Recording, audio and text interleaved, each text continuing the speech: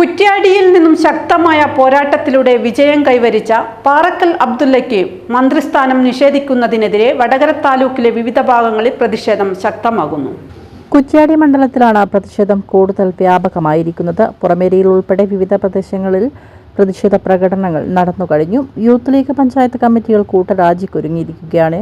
ഇപ്പോൾ നിയമസഭാ തെരഞ്ഞെടുപ്പിൽ UDFന് ഉജ്ജ്വല വിജയം സമ്മാനിച്ച കോഴിക്കോട് ജില്ലയ്ക്ക് പുതിയ മന്ത്രിസഭയിൽ അർഹമായ മന്ത്രിസ്ഥാനം നിഷേധിച്ചതിൽ പ്രതിഷേധിച്ച് കുറ്റ്യാടി മണ്ഡലത്തിലെ വിവിധ മുസ്ലിം യൂത്ത് ലീഗ് പഞ്ചായത്ത് കമ്മിറ്റികൾ കൂട്ടരാജിക്കൊരുങ്ങുന്നു.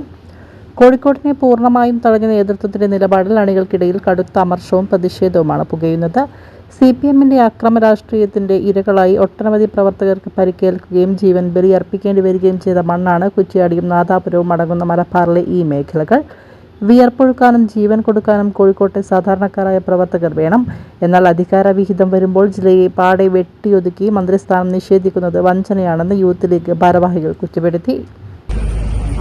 നിലവിൽ പുറത്തുവരുന്ന വാർത്തകളൊക്കെ ശരിയാണെങ്കിൽ മുസ്ലിം ലീഗിന്റെ ഏറ്റവും ശക്തി കേന്ദ്രങ്ങളിലൊന്നായ മുസ്ലിം ലീഗിന്റെ സംസ്ഥാന ആസ്ഥാന മന്ദിരം സ്ഥിതി ചെയ്യുന്ന കോഴിക്കോട് ജില്ലയോട് പാർട്ടി നേതൃത്വം കാണിച്ചത് തികഞ്ഞ അനീതിയാണ്. മറ്റ് ജില്ലകളെപ്പോലെ സേഫ് സോണിൽ നിന്നുകൊണ്ടല്ല കോഴിക്കോട് ജില്ലയിൽ, പ്രത്യേകിച്ച് വടകര താലൂക്കിൽ രാഷ്ട്രീയ പ്രവർത്തനമായി മുസ്ലിം ലീഗ് പ്രവർത്തകർ നടക്കുന്നത്.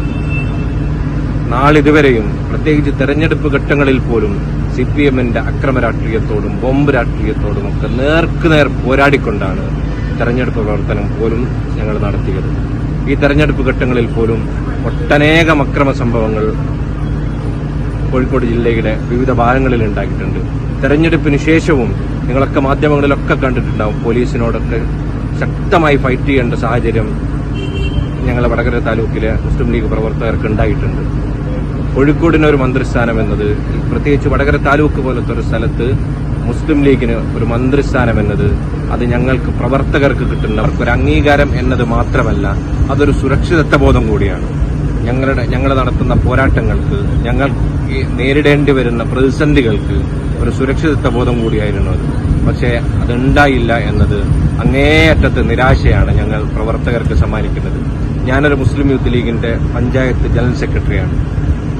ഏറെ ഉത്തരവാദിത്ത ബോധത്തോടുകൂടി തന്നെ പറയട്ടെ, ഈ അനീതി അംഗീകരിക്കാൻ കഴിയാത്തതാണ്. ബഹുമാനപ്പെട്ട പാർട്ടി പ്രസിഡന്റ് സാദിഖ് അലി ശിഹാബ് തങ്ങളിൽ ഞങ്ങൾക്ക് വലിയ പ്രതീക്ഷയുണ്ടായിരുന്നു.